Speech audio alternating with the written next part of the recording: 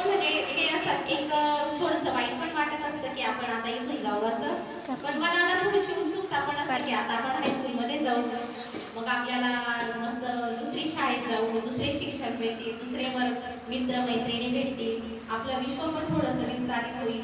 आता आपली थोडी छोटी शाळा आहे, मग आता तुम्ही जर हायस्कूलमध्ये गेले तुम्हाला मोठ्या मुलांशी तुमचा म्हणजे तुमचा परिचय होईल, ते तुमचे म्हणजे तुम्ही त्यांच्या संपर्कात या. पण मग तुम्ही तेव्हा म्हणजे असं दुसऱ्या शाळेत जाऊन जेव्हा मोठ्या मुलांच्या संपर्कात याल तेव्हा आपण आपलं जे बेसिक म्हणजे आपलं जे आपले म्हणजे गुण असतात, मूलभूत गुण आपण जे शिकलोय पहिलीपासून, तर ते विसरायचे नाही. तर काही मुलं काय करतात की आता समजा हायस्कूलचे काही मुलं काय सांगतात, सर रे आपण फिरून येऊ, चल का आपण फिरून येऊ, थोडंसं काही होत नाही, काही शिक्षकाच्या लक्षात येत नाही, जायचं नाही.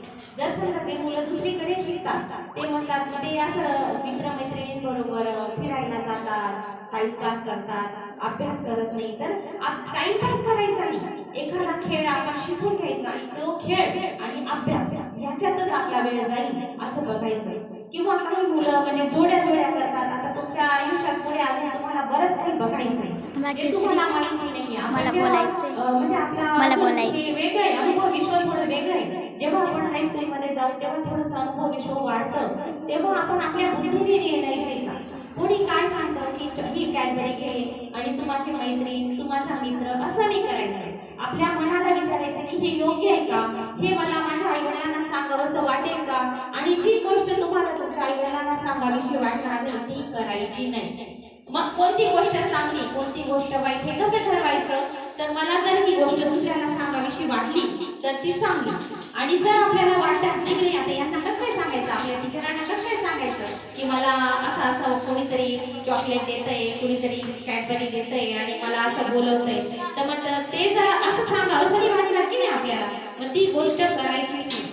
आणि अभ्यास करायचा, अभ्यासच करायचा नाही तर खेळायचं का, म्हणजे आपल्या शरीराला जसा म्हणजे आपल्या विकासासाठी जसा अभ्यास महत्वाचा आहे तसं आपल्या शरीराला व्यायाम सुद्धा खूप महत्वाचा आहे. जे जे आपल्याला येत नाही ना असं म्हणायचंच नाही की मला हे येत नाही, ते शिकण्याचा प्रयत्न करायचा. आणि म्हणजे आपल्याला जे म्हणजे इतर प्राण्यांमध्ये ना आपल्यामध्ये एकच फरक आहे की इतर प्राण्यांना आपल्या इतका डेव्हलप मेंदू नाहीये. आपल्याला जो मेंदू दिलाय ना तो जास्तीत जास्त वापर करायचा त्याचा, तेव्हा तो जास्तीत जास्त काम करतो आणि जास्तीत जास्त प्रगत होतो, तेव्हा आपण जास्तीत जास्त हुशार होतो. जेव्हा जितका आपण विचार करू, तितके आपण गोष्टींची पुस्तकं वाचू, तितके आपण जास्त हुशार होतो. तुम्ही इथं काय केलं, गोष्टींची पुस्तकं वाचायच्या ऐवजी त्यांच्या पुंगड्या बनवल्या आणि वाजवल्या, तसं नाही करायचं. आता तुम्ही मोठे झाले, आता तुम्ही ज्या पण शाळेत जाल त्या शाळेत लायब्ररी असते, प्रत्येक शाळेत लायब्ररी असते, तिच्यातून पुस्तकं घ्यायची आणि वाचायची आणि न फाडता परत करायची. खूप पुस्तकं वाचा, खूप ज्ञान मिळवा.